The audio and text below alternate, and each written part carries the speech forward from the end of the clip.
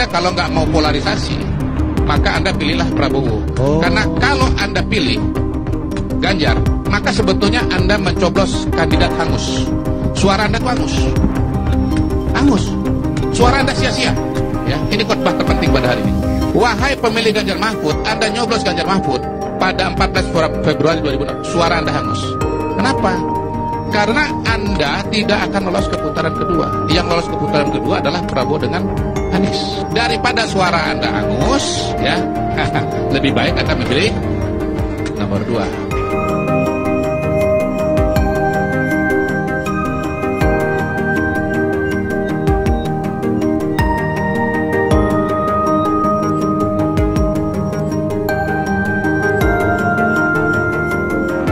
Nah, di sini bahkan juga yaitu penyanyi legendaris Iwan Fals bahkan juga dibuat terpukau, dibuat melongo, yaitu dengan perolehan suara, yaitu hasil dari real count KPU yang sudah masuk datanya 77% di sini.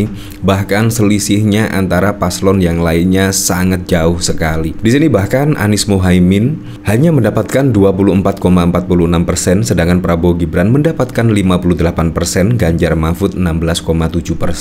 Bayangkan selisihnya sangat jauh sekali. Di sini sangat berbeda sekali ya dengan Pilpres 2014 dan 2019, di mana saat itu terpautnya antara Prabowo dan Jokowi di situ sangat, ya, selisihnya paling banyak di Pilpres 2019 itu hanya 10%, terpaut 10%.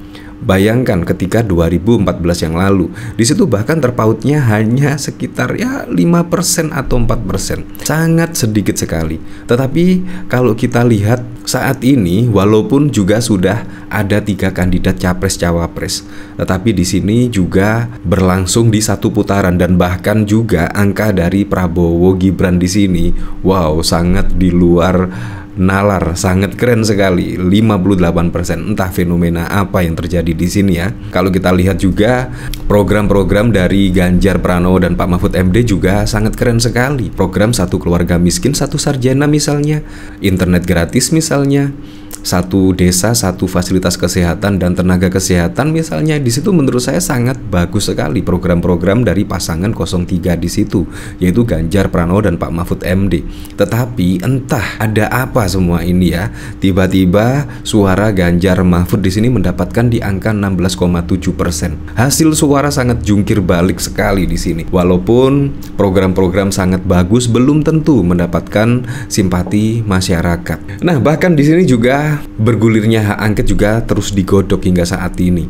Ini termasuk fenomena apa? Kalau kita lihat pada waktu lalu ya, di situ bahkan elektabilitas Ganjar Pranowo menurut saya juga sangat bagus sekali loh, bahkan juga mengungguli Pak Prabowo Subianto. Tetapi ketika Pak Prabowo Subianto sudah diputuskan dipasangkan dengan Gibran Rakabuming Raka, di situ bahkan dari hasil lembaga survei di situ juga langsung Ganjar Pranowo disalib. Dan seiringnya waktu di situ malah suara Ganjar Pranowo dan Pak Mahfud MD disusul dengan Anies Baswedan dan Muhaimin Iskandar. Di sini juga ada fenomena apa di sini ya? Di sini sangat wow sekali. Ya pantaslah kalau di sini Iwan Fals bahkan juga terkaget-kaget, bikin melongo hasil Pilpres kali ini ya. Di sini bahkan juga dikomentari oleh Iwan Fals, "Wis, jauh jaraknya. Kok bisa ya?" Di sini sambil menyertakan sebuah artikel berita yang berjudul Real Count KPU 77%, Amin 24,46%, Prabowo Gibran 58,84%, Ganjar Mahfud 16,7%. Nah, dari sini saya juga penasaran kira-kira komentarnya seperti apa ya di sini. Jawaban semua ada di Dirty Vote Bang. Masalahnya bukan kecurangan di hari H atau sesudahnya. Siapa yang bisa lawan kalau caranya begitu? Pemilu selanjutnya pasti kasus-kasus seperti di Dirty Vote akan terulang karena memang efektif. Nah, apakah juga karena bansos ya, guyuran bansos ya? Apalagi kalau kita lihat pada waktu lalu sudah 496 triliun, yaitu bansos yang sudah digelontorkan menjelang pemilu. Bayangkan 496 triliun loh, itu bisa buat ya ibu kota baru di situ, sangat keren sekali. Di sini yaitu ada yang lebih mengejutkan lagi. Nah, Anda tahu Butet kan? Di sini bahkan tempat TPS Butet gelar coblos ulang, hasilnya berbalik, Prabowo menjadi unggul sebelumnya Ganjar Pranowo. Entah di sini juga ada fenomena apa. Di sini memang sungguh sangat mengejutkan sekali.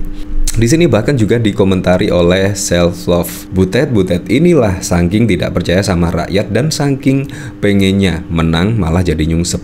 Tadinya cuma malu, kini malu-maluin. Nah, dari sini gimana komentar-komentarnya ya? Di sini wah, curang nih. Menang kalah dalam pertandingan hal biasa. Siapapun petarung pasti sudah mengalaminya. Fair play adalah dasar semua pertandingan. Bahkan perkembangan di sepak bola sudah menggunakan VAR untuk membuktikan kejujuran melawan penipuan pengkondisian dari proses pertandingan. Di sini dari AI, hal yang tidak biasa itu ketika kalah masih ngotot ingin menang sehingga terjadi pencoblosan ulang. Dan ketika dilakukan malah tambah jungsep. Artinya seorang itu tidak percaya suara rakyat. Ini yang capresnya teriak hak angkot. Memalukan sih ya, tetapi kita dukung lah apapun itu bergulirnya hak angket. Menurut saya sih kalau pada waktu pencoblosan di situ menurut saya murni lah di sini. Ya kalau ada kecurangan menurut saya itu hal lumrah, apalagi juga ada 823.000 TPS yang tersebar di Indonesia. Bayangkan kalau ada kecurangan ya 1.000 2.000 menurut saya masih bisa ditolerir lah, karena tidak sampai ya kesalahan 3% dan lain sebagainya. Menurut saya masih bisa ditolerir. Tetapi kalau misalnya ada kecurangan sebelum pencoblosan, misalnya sudah disetting sebagian rupa, sudah dikondisikan sedemikian rupa, nah di situ patut dicurigai dan diwaspadai. Supaya apa? Supaya pada pilpres atau pilkada untuk 5 tahun ke depan itu tidak lagi terulang sedemikian rupa.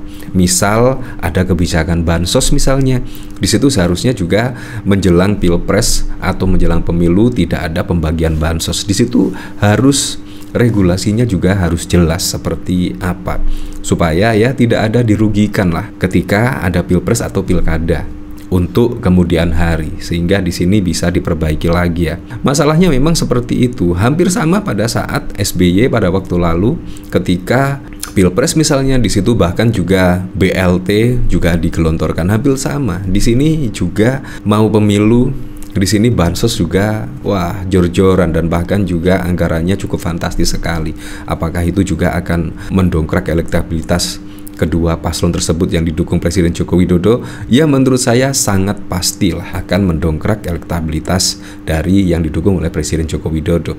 Dari sini saya juga penasaran, kira-kira seperti apa komentarnya di sini? Di sini dari Titik Cahaya, Om Joko kan Sandra Hasyim Asharidon. Ya begitulah bang, akibat debat julid, debat arogan, semut juga bisa menilai diri sendiri dulu lebih baik daripada menilai orang lain.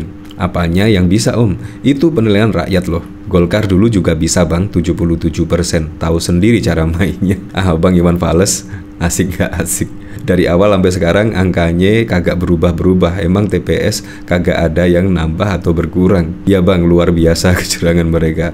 Buzzer dah pensiun, kembali 5 tahun yang akan datang. Ya memang sangat mengejutkan sekali, tetapi memang begitulah adanya. Mulai awal juga Prabowo Gibran mendapatkan di angka 58%. Sampai saat ini real account perhitungan suara sudah menunjukkan di angka 77% juga tetap sama seperti ini, 58%.